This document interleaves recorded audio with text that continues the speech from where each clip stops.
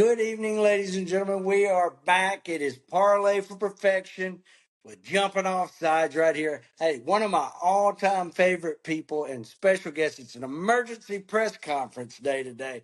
Hello, Mike Pearson. How are you? Florida Gator Hall of Famer, one of the greatest tackles to ever play college or in the NFL. Hello, Mike. Welcome to the show. Man, I'm so excited to be on here, Chance, and I always love catching up, hanging out, and love the podcast. So let's let it rip. Let's let it rip, man. I'm digging all the background that you Yeah, have yeah, there. The yeah. jerseys, the I got the 71 to old school, 72. yeah, the Yeah, old school favorite logo of all time. They need to bring it back some way, somehow. agreed. Yeah, Totally agree. I'm with you on that. We've got some big news all throughout our program. I got to see you a couple weeks ago for the opener, which we're not excited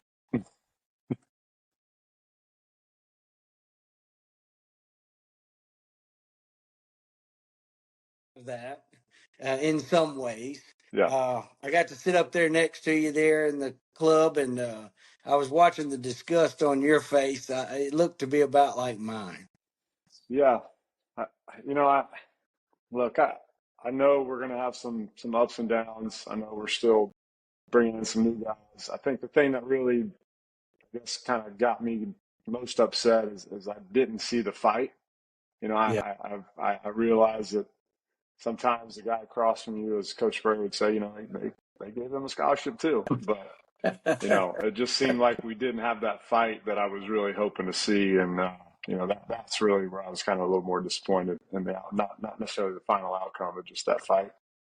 that's right. I think that was a lot like everybody leading up to that because the chatter got so big in the off season about how much had changed. The ball club looked to be different. We had changed a lot of things and some new personnel, and like you just felt like it was going to be a fight, and heck, everybody kind of bought into it. Yeah. I mean, obviously they had a good recruiting class. Yeah, Other than Johnson getting nicked up in the preseason yeah, in camp. I mean, yeah. we're fairly healthy, and then he obviously was able to come back and was one of the bright spots. So yeah, Right. it's definitely not the way we wanted to crank out the first game of the season. Not at all. Now we move to the second game of the season, and with Mertz getting hurt late in the third quarter, concussion, he was out.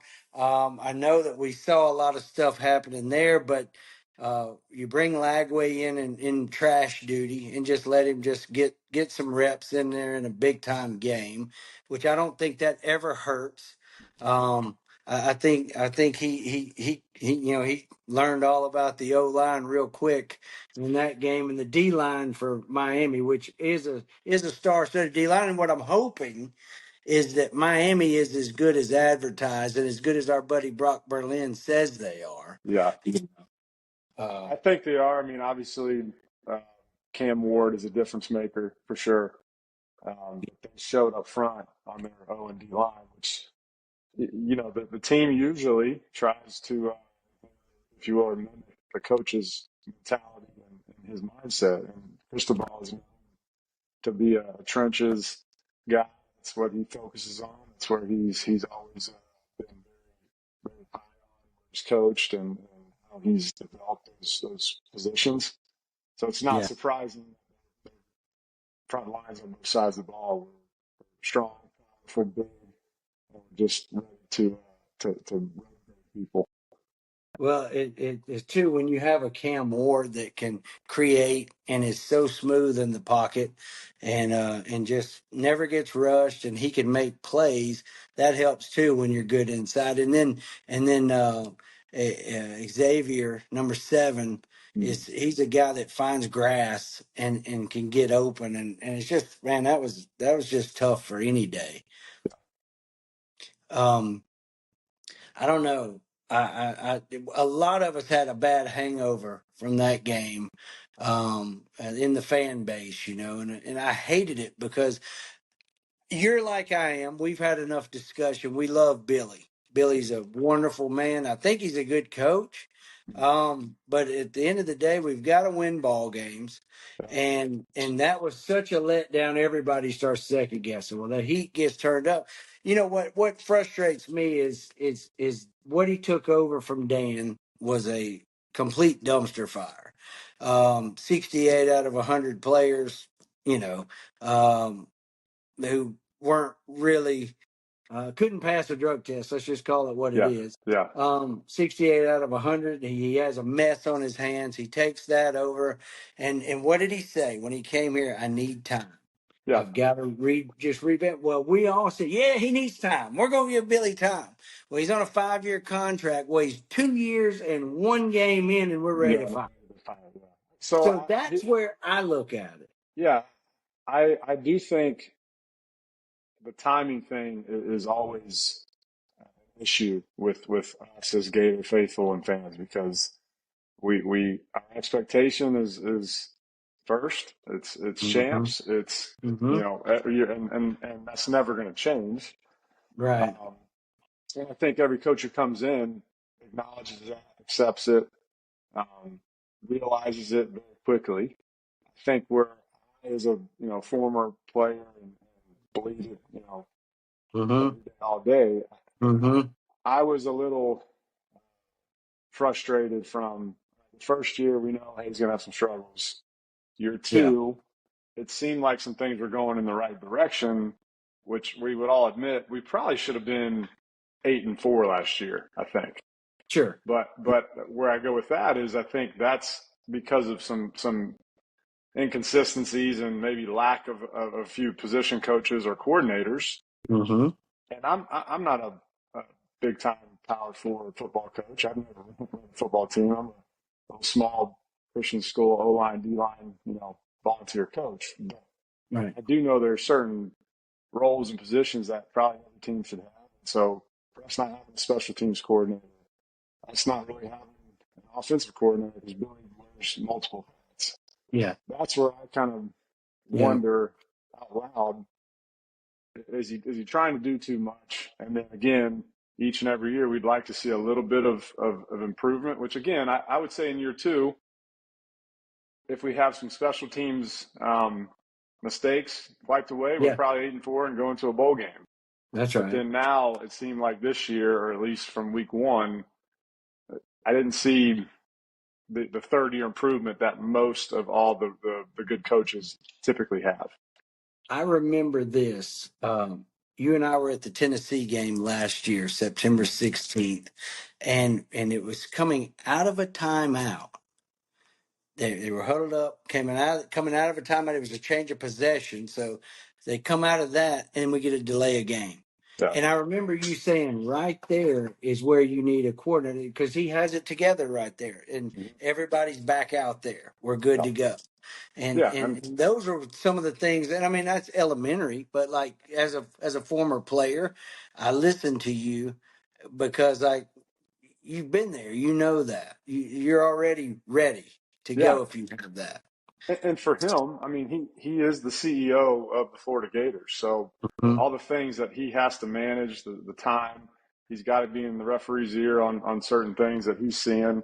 The discipline piece of some guys doing, they're young guys and never fault guys for effort, fouls and penalties, but then some of the things that we kind of scratch our heads at, like I think by him wearing those many hats, it, there's just going to be inevitably certain things that suffer from it. And situations like that Yeah, is, I think, where if he has a coordinator, um, and look, he can still call plays. I just feel like sure. sometimes a guy that all he's focusing on is he's focusing on the matchups and the scheme. And Billy Hmm. could take some insight. And again, I don't want to be the Monday morning or armchair quarterback here, Yeah. but I just feel like there's certain instances where it's too much, in my Well, opinion. let's back up here and look at this because I love the inside of the game, and I love to hear from somebody who's played it at every level, at the highest level. So, Coach Spurrier called his own plays, right? Right. And So how did that line up? Because you didn't, it never seemed like you guys had the same issues that we have today. yeah, I think there's multiple things there, and I can't be. I always say I can't be objective when I'm talking about coach. He's my Sure, coach, and sure. but what I would say from just uh, uh, a standpoint of an all-time great, like there are not many Coach Spurriers. You know, I mean, they're just not. So I think that ability for him to see things quickly and already have some plays and ball plays and the way he could scheme things was second to none. So when guys try to mimic, the master, it's hard, it's hard to duplicate that. And Sure.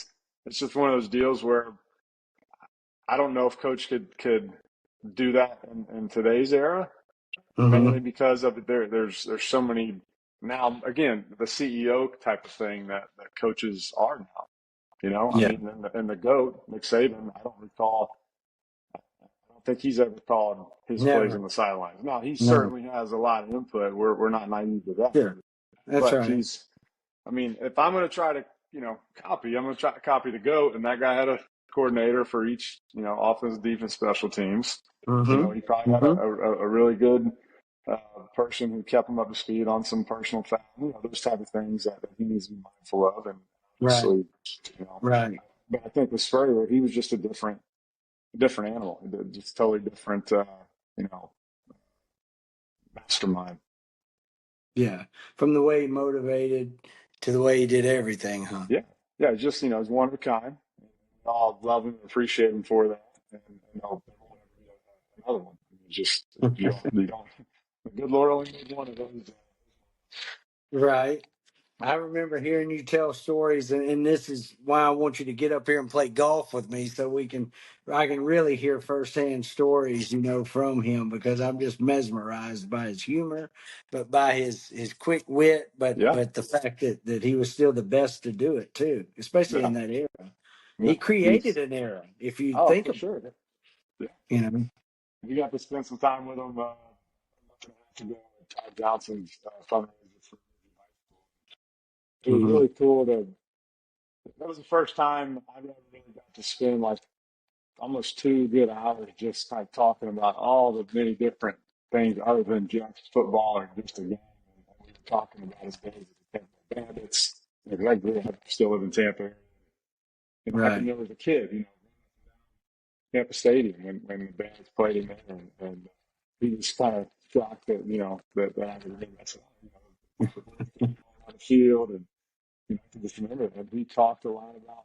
That's kind of where he started kind of really coming into his own and calling plays, Right. and it was his first time being a head coach, and it helped shape kind of his career path because he Yeah. quickly realized how good he was. Really, Hmm. That's it, unbelievable. yeah, he's just and he's still as sharp as they come right now.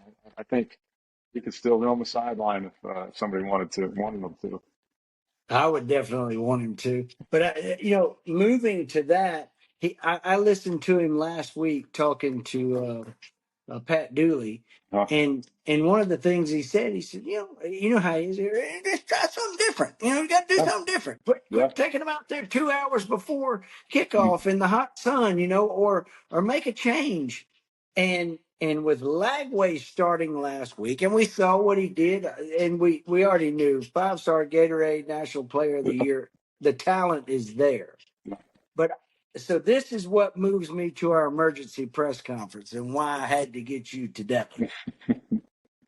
So, as a fan and as a football savant, I would say I don't know why you would not start DJ Lagway this week against A&M, and I'll tell you why, Mike.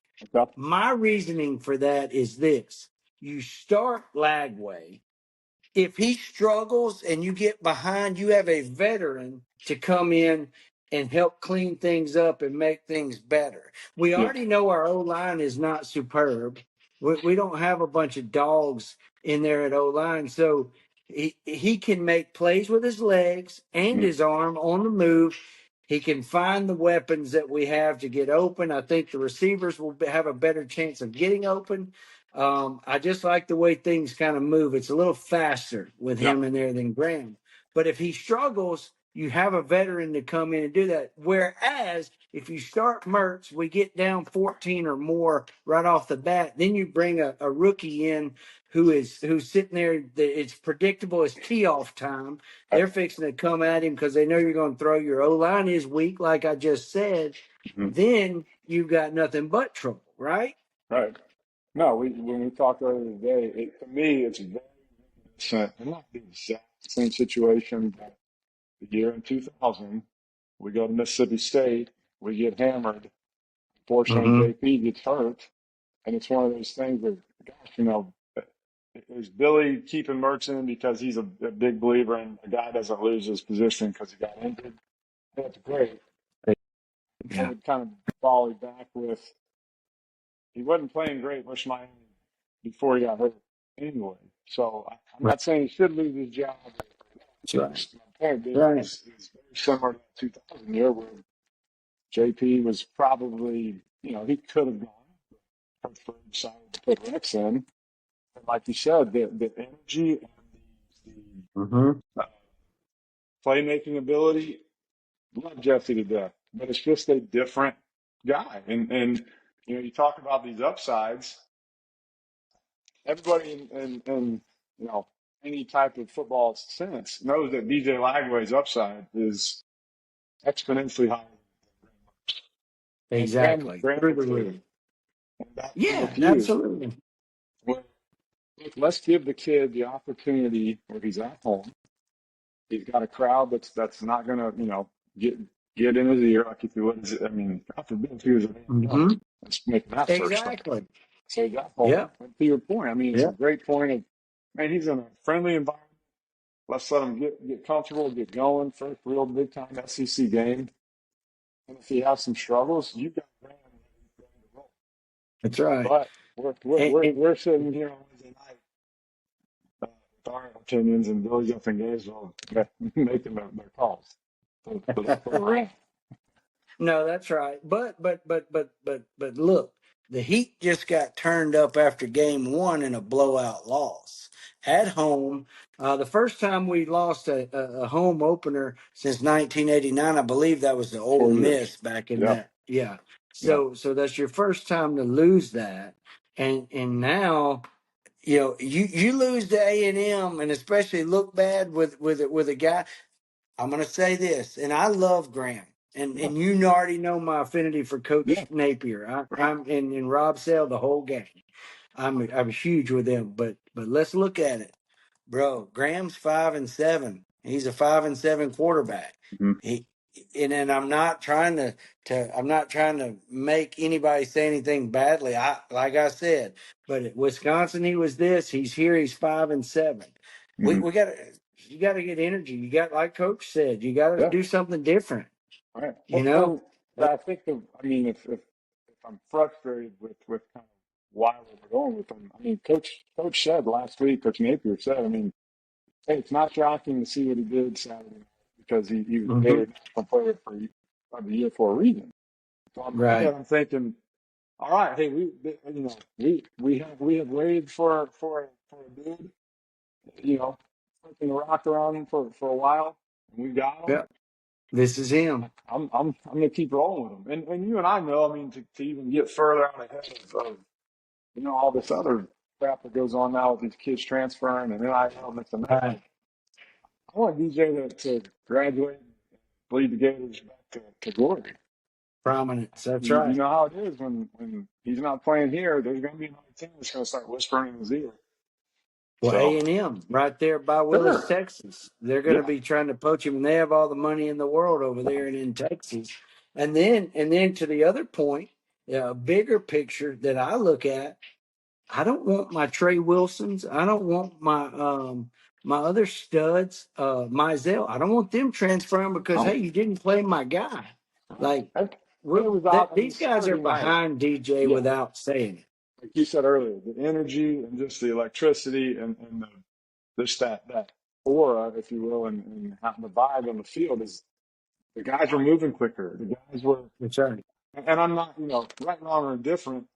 I wish they work as hard as for one quarterback Sure. as they do the other. But we're just, Sure. we're humans, and sometimes you guys Mm-hmm. go, hey, I'm going to try to run this route hard, but my guy can't get me the ball. Versus the guys in there, That's I better right. get on. I better get my track shoes on because he's dropping about That's right. 70, sitting in stride. They're making That's highlight right. films. Now, Shane Matthews has said this for years, and I take note to anything Shane says, but he says the easiest ball to throw is the deep ball. And so, and there's not a whole lot of downside if you don't get it. If they intercept it, it's pretty much as good as a punt, the way I look at it. And then if you don't, you just miss, but you open them up and kind of loosen the defense up to come back Absolutely. when they need it. It takes pressure off your line. It does so many Exactly. different things to help just the organization of the offense. There's so many different nuances that if you can get that backing and stretched, man, the defense kind of has to air it out, soften up. And now Yeah. Johnson can do his work. I mean, let him loose is going to be key for us throughout the year. That's right. I'm going to move to a spot in the show now. It's kind of Mike's O line part here. What would you rather run more if you had a play to call right now from your old regime, from the Spurrier regime, or from the Coughlin regime in Jacksonville? What? Give me a play that you'd run. Would we be running powers or would we be running blue slide right steamers? Like what would you rather us do, and what would you be calling the majority of? I think with the guys that I got to play with on Saturdays, I'd be running a lot of standards because Yeah. Rex, Brandon DeBar, rest in peace for Shea Caldwell, Yes. some big A-Walk, and just trying to stay in Robert Gillespie, running around the backfield. We had so many weapons, and it was just awesome because there'd be times when Rex would come in the huddle and it's 1,000 degrees, and he's like, "All right, guys, let's get off the field and blue slide steamers. Here we go." I We're love getting it. Gabriel on the sideline. And I think Yeah. a running play. Whenever you got Freddie T in the backfield in Jacksonville, run a little toss sweep and watching him do Yeah. his magic, pulling around the edge and getting to pick on a little DB was always a fun time.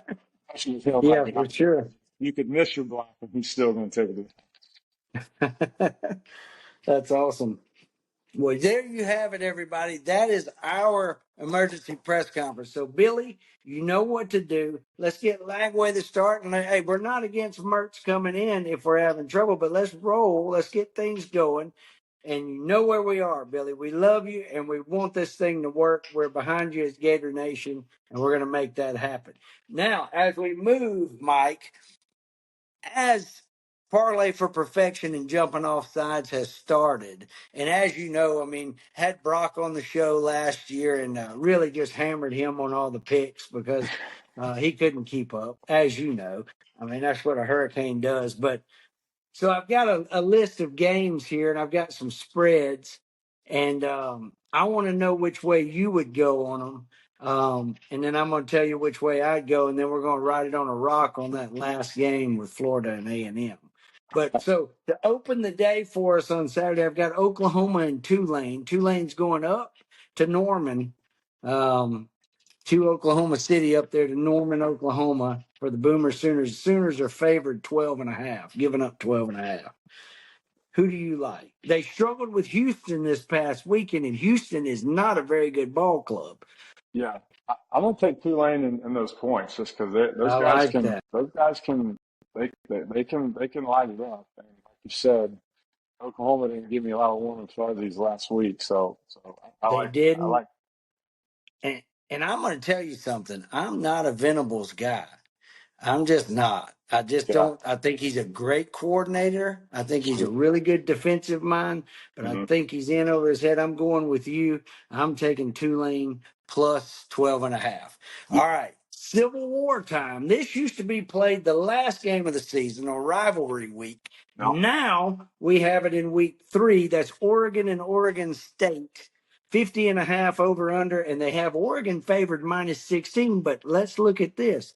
Oregon has not really just started blowing people out. Mm-hmm. And I'm going to tell you this about myself. I'm not a Dylan Gabriel guy. at all. Yeah. So I'm just going to preface everything with that. Minus 16 Oregon, what you got?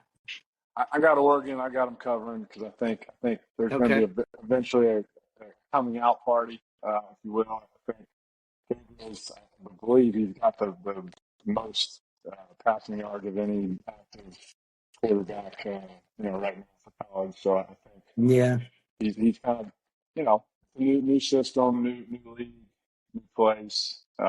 So I like them to kind of have a coming out party and get it heading in the right direction. Well, they call me the ultimate antagonist. I'm going Oregon State right here. I'm going Beeve all the way. Okay. Plus 16 for me. So that's our The minus Beavs do there. have a So new coach. Correct? they do. They Okay. do. I just And want and you to remember that when we're following up on these picks right I think we're going to be just fine. I think Oregon State's going to beat the spread. They might even win the ball game. I'm telling you, Oregon did not impress me whatsoever. now. All right. Moving forward, another game where there's a big win last week for Bill O'Brien and Boston College over Florida, Uh-huh. the Tallahassee Junior College Criminals. I refuse to say that name. And they're going up to the Mizzou, to the zoo. Now, you Uh-huh. never played up there, I don't think, but I've Haven't. watched enough games up there, and you cannot get off. You can't get a good start up there in Missouri. But BC is a 16-point dog Yeah. to Missouri. I was What just you going to got? say, I've never played up there, but I went up there, I believe it was the first year Florida played them in the Hmm. SEC. And I know now why, like you said, that you're kind of lethargic up there. I don't know if it's I don't know the why. venue. It's like everything is just kind of, the weather is not great. So I like BC to cover. You're also like 40 yards off the field too at the front row. Yeah. It feels like. Yeah. I don't like their venue, but I'm going to take Mizzou here. Yeah. I'm taking Mizzou at minus 16 just because it's so hard to get off up there. You're taking BC? Yeah. Just because I I, like O'Brien. I I like do kind of too. his mindset. He's a tough guy. He has instilled that. Obviously, they talk a lot about camp and really got a callous. I think they're primed for it. Castellanos too, that quarterback. Yeah. He's only like 5'9", but the guy gets going and they're tough. And Yeah. I like that about them. But I just think I want nothing more than BC to beat Mizzou. I can't stand Drinkwitz. I can't stand Missouri. They're a transplant to the SEC, and they'll never fit to me. They Yeah. could win it 9 years in a row, and I won't accept it. Yeah. Next game. Next game, we're going to go up here to the ball coach's old place here, South Carolina. LSU's rolling into town, and they Mm-hmm. are favored by 7 now. Now, let's look at this. LSU did not play their best ball in week 1 against USC, got beat. Week 2 against Nicholls State, the Colonels came to town, and LSU still couldn't run the football, but they also couldn't stop the run. Mm-hmm. So if we're looking at that, we're playing another USC school here. LSU's given up 7 points over under 49.5. What do you like as they come in there for Beamer ball? This one would be I think the toughest one to Yeah, pick. Um, I'm gonna just stick with the Go Tigers. I think Kelly's a good coach. I think he's yeah. gonna. Nussmeier's been playing well. They'll kind of get in South Carolina didn't have offense. No, So I feel like they'll cover and I think they'll probably win. I think probably 13. They'll win by 30. They'll win by touchdown, 2 field goals. I think. I totally agree with that. I totally agree with that. I and I also think they obliterate that 49.5. I think they go over. Hell, LSU Yeah. might go over that on their own. Um, uh, but I like LSU minus 7. They're going to get it right. Hey, USC. or South Carolina beat Kentucky, and Kentucky is straight road garbage. Yeah, that's surprising. Stoops, when it unravels with Stoops, it unravels. Mhm. And if you look, he built that team up over the last few years and then never replenished. And he was going out the door to A&M. They didn't want him. He comes Mhm. back, and now he's suffering from that. And Vandegrift, I'm pretty sure I can play the quarterback position better than him. Yeah, no, they're struggling with the QB spot, which is not what they have been the last 4 or 5 years, obviously. Right, exactly. We've got the old Dairy Bowl coming up too. We've got Alabama going up to Wisconsin, the J.J. Watt country. Over under 50, and they've got Bama favored 16. Now, I wouldn't fall into the trap because Bama struggled with South Florida. They struggled with them last year. Last year, it was more of the Jalen Milroe was the Hmm. first time starter, Yeah, and your O line they didn't know about. Now they're still questioning the O line, but Jalen Milroe is a second year starter. I think they get it all back together, and I think Bama covers that on 16. I agree, 100%. I think they've got too many solid position across the board. I Agreed. think, I think Coach Board is ready, and they showed their grit kind of with South Florida at the end. They said, all right, let's quit playing around. Got to Yes. get on. So Scored I think it's 28 points in the last 10 minutes. yeah. So, yeah, that tells you everything you need.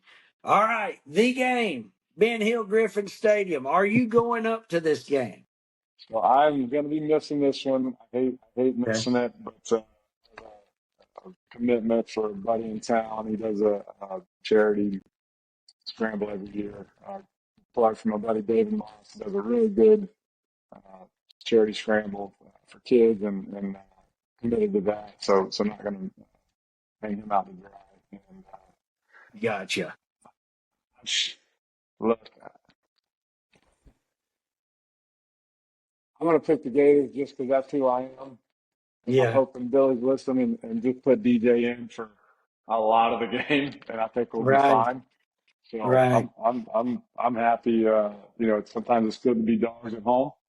I think Mm-hmm. that helps our guys. You need more motivation. It gives them a little extra. So I think we get this one Saturday. Over under 46 and a half. I'm going to take the under in that Mhm. one.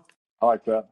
Yep, I agree. I'm taking the under, but I'm going to take Gators plus 3.5 all day long. I'm going to buy that up to 4 points there to get Okay. it to 4 points. But of course, I'm Gators all day going to win, but at least we're going to try to beat the spread anyway. So come within 4 anyway, guys. But I think that's where we're going to go. Ride it on a rock and throw it through the pay window, Mike Love it. Pearson.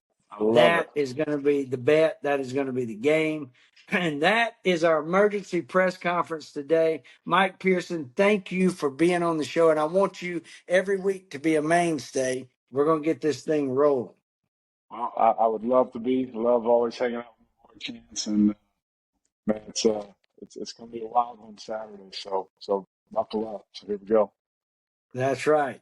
Remember what I always say, strive for perfection and settle for excellence. Right here on Parlay for Perfection and Jumping Off Sides. We'll be catching you guys a little bit later.